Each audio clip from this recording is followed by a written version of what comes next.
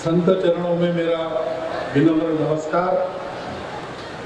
मंचस्थ सभी मान्यवरों का अभिवादन, उपस्थित नागरिक सज्जन, माता भगिनी, आप सबका अभिनंदन। मजगवा छोटी जगह को मानते हैं, ये जगह छोटी नहीं है। यहाँ पर रानी दुर्गावती का राज्य चला है और यहाँ पर परम श्रद्धेय नारायण जी की तपस्या हुई है। तो वहाँ रहने के लिए कैसा है, खाने के लिए कैसा है, इसका विचार नहीं करना है। यह हमारे लिए पवित्र स्थान है। स्वतंत्रता के 75 वर्ष हम संपन्न कर रहे हैं। जिन महापुरुषों के कारण हम इन 75 वर्षों को आज संपन्न कर पा रहे हैं, उन महापुरुषों की नक्षत्र मालिका में रानी दुर्गावती का नाम पहला है।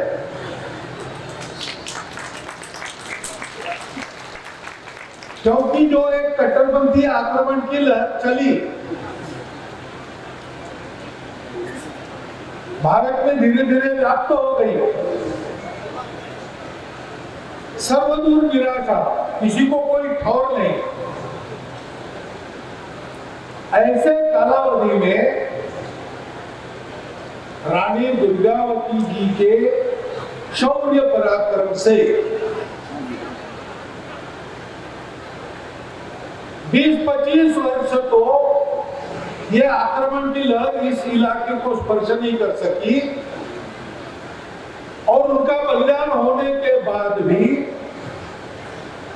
अंग्रेजों के राज के जाने तक स्वतंत्रता की जो ज्वाला वो यहाँ पर सुलगा कर गई थी, वो निरंतर चलती रही है।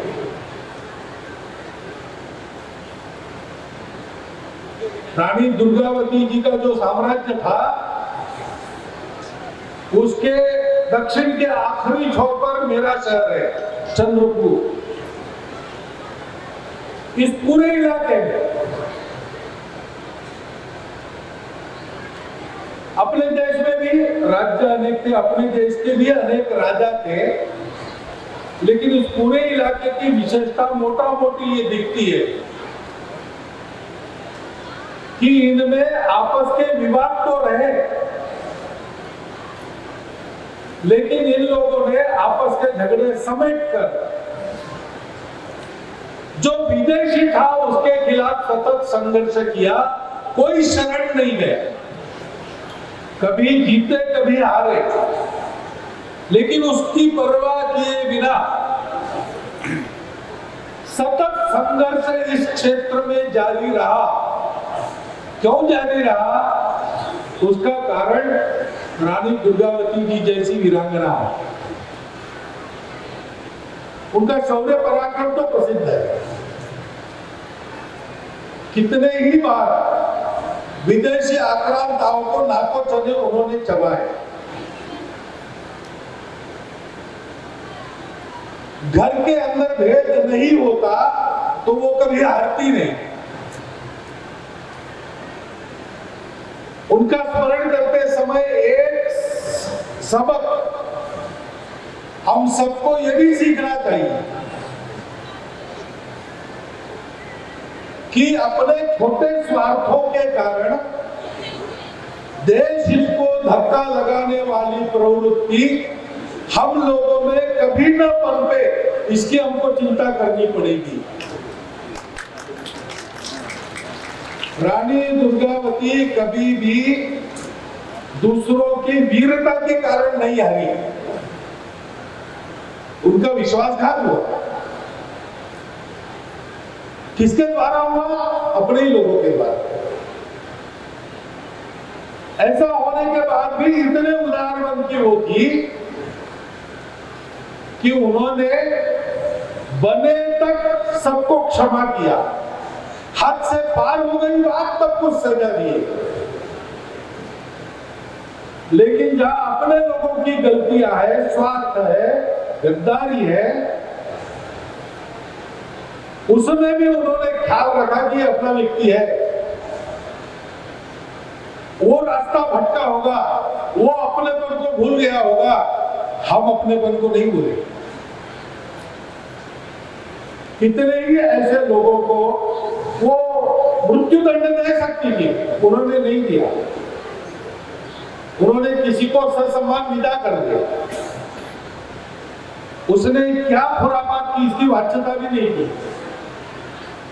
किसी को ओहदे से नीचे उतारा, जिंदा छोड़ दिया। ये विवेक, हम भारतवासी हैं, हम सब भारत के लोग हैं, हमारा अपना एक समाज, एक राष्ट्र है। हम आपस में एक दूसरे को क्षमा करके सबको साथ लेकर चलेंगे, क्योंकि हमारी शक्ति ऐसी है, हमारे सामने खड़े रहने की ताकत किसी की नहीं है। अंदर के भीड़ दिए जब टांग खींचते तब हम गिर जाते। ये हमारे इतिहास का सबक है। रानी दुर्गावती जी के इतने उज्जवल पराक्रम को, जिसका गुणगान सारी दुनिया करती है, जिस पद्धति से उन्होंने लड़ाई लड़ी, उस पद्धति का अध्ययन आज भी मिलिट्री करती है। जिस प्रकार का पराक्रम, शौर्य उन्होंने दिखाया अंतिम क्षण तक, उस वीरता का स्मरण करके, उस वीरता के वर्णन पढ़ के रोमांच खड़े हो जाते, मुर्दा दिल में जोश संचार होता है। ऐसा उनका चरित्र है। और केवल शौर्य पराक्रम नहीं, उन्होंने राज्य का पालन किया, प्रजा का पालन किया। उनकी राज्य व्यवस्था भी एक अत्यंत अच्छी राज्य व्यवस्था थी, उत्कृष्ट थी, उदाहरण स्वरूप थी। उनके कारकिर्द में गोंडवाना एक समृद्ध साम्राज्य था। सब लोग सुखी थे, लोगों के पास धन, धान्य, समृद्धि सब कुछ था। इतना बड़ा साम्राज्य,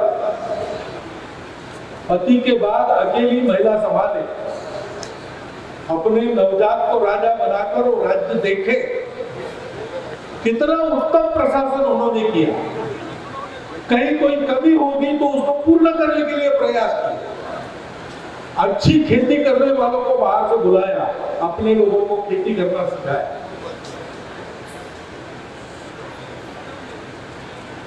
बाहर से अच्छे कवि, विचारक, भाषाओं के तज्ञ, साहित्यिक, ऐसे लोगों को बुलाया, विद्वानों को सम्मानित किया।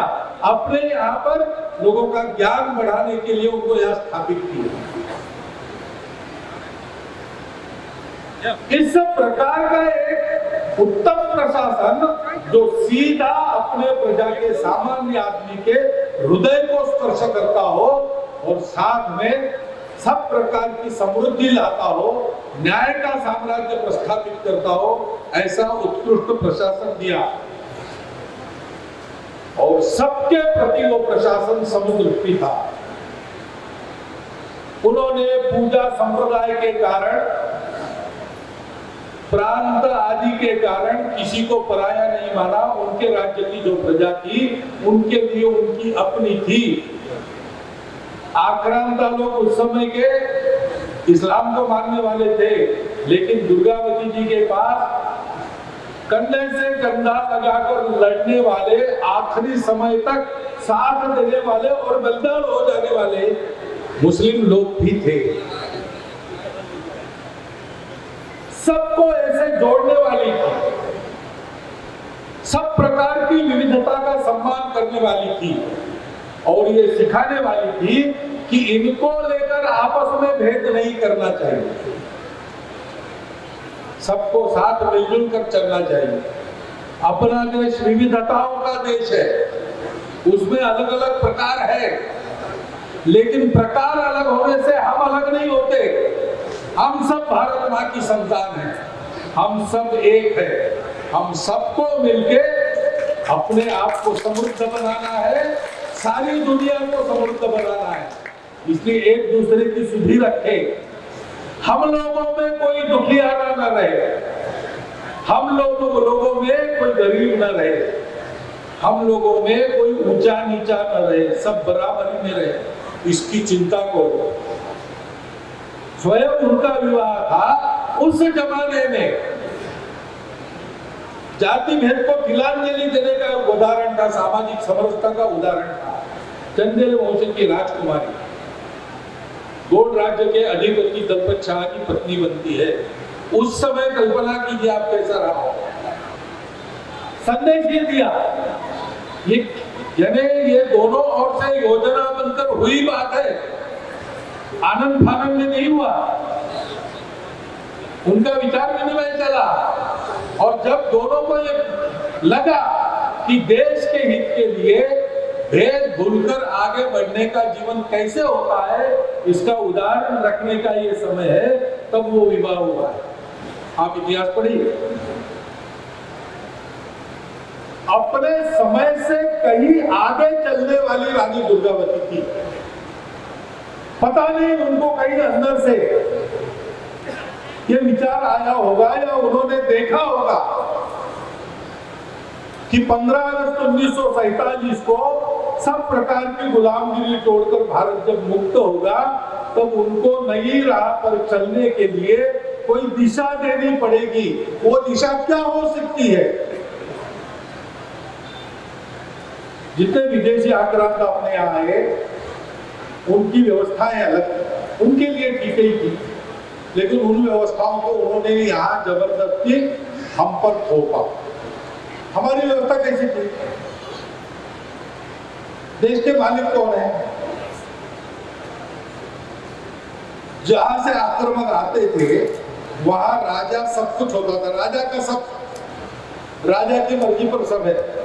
आप खेती कर रहे हो, आपकी खेती जब्त करने का अधिकार है, क्योंकि आपका जीवन भी उसी की स्टेट है। हम सब उसके दास हैं। हमारे यहाँ भी राजा थे, लेकिन ऐसे नहीं थे। हमारे यहाँ राजा रक्षक था, समाज जीवन ठीक चले इस तरीके का रक्षक। आजकल कहते हैं लॉ एंड ऑर्डर, उसका संरक्षक था। सीमाएं सुरक्षित रहे, इसको देखने वाला था। और जिस नियम से प्रजा सुख शांति बंधुभाव से आगे बढ़ती है, उस नियम का, जिसको हमारे यहाँ धर्म कहते हैं, उसका रक्षक था। वो पूजा को लेकर भेद नहीं करता। और बाकी सब लोग स्वतंत्र थे, लेकिन अपनी मर्जी से राजा के शासन का अनुसरण करते थे। मालिक कोई नहीं था, मालिक तो भगवान है। हम सब लोग ट्रस्टी थे। जो मुद्राएं थी, जो पैसा था, धन था, व्यापार करने वाले लोग व्यापार करते थे, कमाते थे, लेकिन जितना कमाते थे उसका 80% बांटने में अपने आप को बड़ा मानते थे, क्योंकि वो सोचते थे धन अपना नहीं है, धन की व्यवस्था करने का काम अपना है। हम इस धन के ट्रस्टी हैं। जंगलों में बसने वाले हमारे सब बंधु, वन के बंधु, वो उस जंगल के रखवाले थे, उस जंगल के ट्रस्टी थे, उस जंगल में उनका अधिकार था। लेकिन वो ये जानते थे कि अधिकार हमको इसलिए दिया गया है कि इस जंगल को सुरक्षित रखकर अच्छी तरह बढ़ाते हुए समाज को जब जब आवश्यकता है, इस जंगल से उनको भी मिले हम देखेंगे, और जंगल से सबको मिले, लेकिन जंगल को कोई लूट न पाए, ये देखने का उनका काम रहता है। विदेश की व्यवस्थाएं आई, हम अपने ही देश में पराधीन हो गए। अब हमको फिर से धीरे धीरे उस तरफ जाना पड़ेगा, और हम जाएंगे। सामान्य लोग प्रयास करेंगे, उसमें भी हम साथ रहेंगे। इस प्रकार की नीतिगत दिशा देने में भी हम साथ रहेंगे। और ये सच्ची स्वतंत्रता और सबका बंधुभाव कायम रखकर, सबका ऐक्य कायम रखकर राष्ट्र को आगे बढ़ाने के लिए जो कुछ होगा, उसमें हम सब लोग, दीनदयाल शोध संस्थान जैसे संस्थान, कल्याण आश्रम जैसे संगठन, संघ के स्वयंसेवक, सब लोग समाज के साथ चलेंगे, समाज को साथ लेकर चलेंगे। लेकिन ये दिशा हमारे लिए स्पष्ट करके किन्होंने रखी है? हमारे यहाँ ऐसे राजा हुए, आक्रमण काल में हुए, गुलामी के काल में हुए, उन्होंने उस राह को मिटने नहीं दिया। जैसे उधर शिवाजी महाराज ने किया, वैसे उनके पहले यहाँ पर रानी दुर्गावती ने किया। और इसलिए मैं कहता हूँ, स्वतंत्रता के 75 साल संपन्न करने का भाग्य हमको उनके कारण मिला है। और 100वें साल हम संपन्न करेंगे, 100वां साल, तब हमको कैसा होना चाहिए, इसकी दिशा भी हमको उनसे मिलती है। रानी दुर्गावती हमारी पूज्य है, हमारे लिए देवी जैसी है, लेकिन उनका स्मरण करते समय उनका ये स्वाभिमानी चरित्र, उनका ये पवित्र चारित्र्य, उनका वह अतुलनीय शौर्य, देशभक्ति, हर हालत में हर परिस्थिति का सामना करना, शरण नहीं जाना, इस प्रकार का दुर्दैवीय धैर्य, जन जन के प्रति उनका अपनापन, कुशलता पूर्वक सब लोग सहभागी हो, ऐसे विकास का पथ, उसके निर्माण करने की कला, उसके निर्माण करने के पीछे जो मूल तत्व है, वो सब भारतवर्ष के समाज की एकता आदि आदि उन्होंने दिग्दर्शित की हुई बातें, ये हमारे लिए अनुकरणीय है। हम में से जो अध्येता है, जो जानते हैं, वो अध्ययन करें, जो प्रजा से संवाद करते हैं, वो सब इन बातों का प्रचार करें, और उन सब बातों को समझकर हम सारे लोग उनके पथ का अनुसरण अपने आचरण से करें, इसकी बहुत आवश्यकता है। मूर्ति यहाँ क्यों लगाए? ये मूर्ति नहीं लगती तो क्या दुर्गावती जी को हम भूल जाते हैं? नहीं भूल जाते, नाम तो उनका रहता है, लेकिन नाम के साथ उनका रूप भी रहना है। वो रूप केवल एक शूरवीर महिला का रूप नहीं है, भावी भारत के भाग्य का पथ जिनके रूप में साकार होकर आया, ऐसे भारत माता की प्रतिमूर्ति का वो रूप है। उनके इन सब गुणों का स्मरण करना है, उनके इस चिंतन का स्मरण करना है, जिस चिंतन के आधार पर अपने पुण्य संस्कृति का सनातन प्रवाह सतत बढ़ता आया है। कोई इसको रोक नहीं सका है, रोकने वाले मिट गए। कंकड़ पत्थर की हस्ती क्या बाधा बनकर आए, ढह जाएंगे गिरि पर्वत, कांपे भूमंडल सारा, कल कल छल छल बहता आया यह पुण्य प्रवाह। ये सांस्कृतिक प्रवाह हमारा यहाँ तक चलता आया है, उसके कारण ये बलिदानी वीर वीरांगनाएं है, ये हमारे पूर्वज है। उनके पदचिन्हों का अनुसरण करना है, उनके जैसा सोचकर उनकी कीर्ति को और बढ़ाना है, चार चांद लगाने हैं, और संपूर्ण विश्व को शांति, भक्ति और मुक्ति का मार्ग दिखाना है, ज्ञान का मार्ग दिखाना है। ये हमारा ईश्वर प्रदत्त कर्तव्य है। उस ईश्वर प्रदत्त कर्तव्य का स्मरण करते हुए 500 साल बाद भी हम रानी दुर्गावती जी का इस प्रकार स्मरण कर सके, इसलिए इस मूर्ति की स्थापना यहाँ हुई है। वो मूर्ति यहाँ सदैव बनी रहेगी, लोग आएंगे जाएंगे, इसको देखते रहेंगे। मझगवा छोटी जगह नहीं है, मझगवा बड़ी जगह है। क्यों बड़ी जगह है? इसलिए बड़ी जगह है। ऐसी तपस्या यहाँ पर रानी दुर्गावती की हो गई। ऐसी तपस्या आज लड़ना नहीं पड़ेगा, सेवा करनी पड़ेगी। कैसे कर सकते आज के जमाने में? नाना जी ने उदाहरण प्रस्तुत कर रहे हैं, दीनदयाल संस्थान उसका काम आगे ले जाना है। हम सब लोगों को इसी प्रकार जीना है, अपने लिए नहीं, अपनों के लिए जीना है, स्वाभिमान के साथ जीना है, सबके हित के लिए जीना है, मनुष्यों को जोड़ने के लिए जीना है, एक दूसरे की विशिष्टताओं का निर्देश करके तोड़ने के लिए नहीं जीना है। इन बातों को समझकर हम चले, इसका संकल्प आज हम ग्रहण करें। ऐसी एक विनंती मैं आपको विनम्रता पूर्वक करता हूं, और आपने मेरा ये थोड़ा सा लंबा भाषण सुन लिया, इसलिए आप लोगों का धन्यवाद करता हुआ मेरे 4 शब्द समाप्त।